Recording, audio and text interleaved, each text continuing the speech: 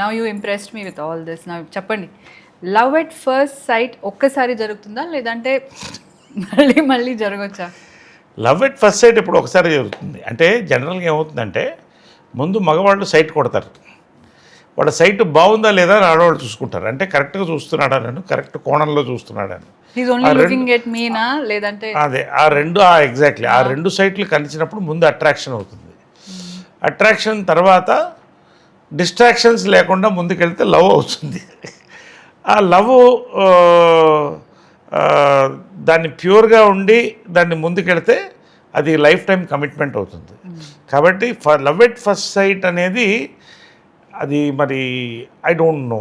మరి love at first sight అంటే మరి కష్టం. మరి నీకు ఎలా అనిపించింది నేను ఫస్ట్ చూసినప్పుడు నిన్ను? Reverse the question to me. అంటే మరి అదే అంటే అది నేనైతే లవ్ ఎట్ ఫస్ట్ సైట్ నమ్మను. లవ్ ఫస్ట్ సైట్లో ఉన్నది అట్రాక్షనే, ఒక అందం, ఒక ఆకర్షణ. అదే చెప్పాను కదా, అందం, ఆకర్షణ. అది ముందుకు దాటి వెళితేనే ప్రేమ పుడుతుంది. ఆ ప్రేమ నిలబడితేనే ఒక జీవితం ఏర్పడుతుంది. ఈ మధ్యలో తెగిపోతే అది ఎందుకు పనికి రాకుండా పోతుంది. కాబట్టి ఇవన్నీ కలిస్తేనే లవ్ అవుతుంది. కానీ లవ్ ఎట్ ఫస్ట్ సైట్ అనేది నేను నమ్మను.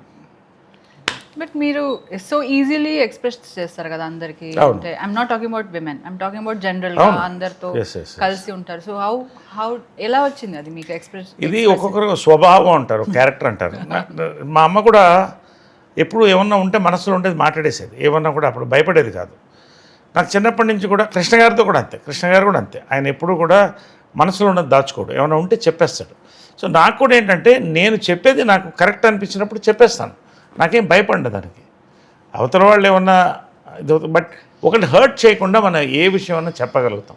ఆ చెప్పే విధానంలో కరెక్ట్గా చెప్పడమే, దట్ ఈస్ ఇట్. బట్ నా మనసుకు నచ్చింది నేను చెప్పేస్తాను. I never hide anything. ఎవరితో ఏదో దాపరికాలు నాకు ఉండవు. That is what I enjoyed. ఎందుకంటే ఇంత చేసి రాత్రి నిద్రపోయేటప్పుడు ప్రశాంత మంచి కలలు రావాలి. అది రావాలంటే గిల్ట్ ఉండకూడదు, హ్యాపీగా పడుకోవాలి.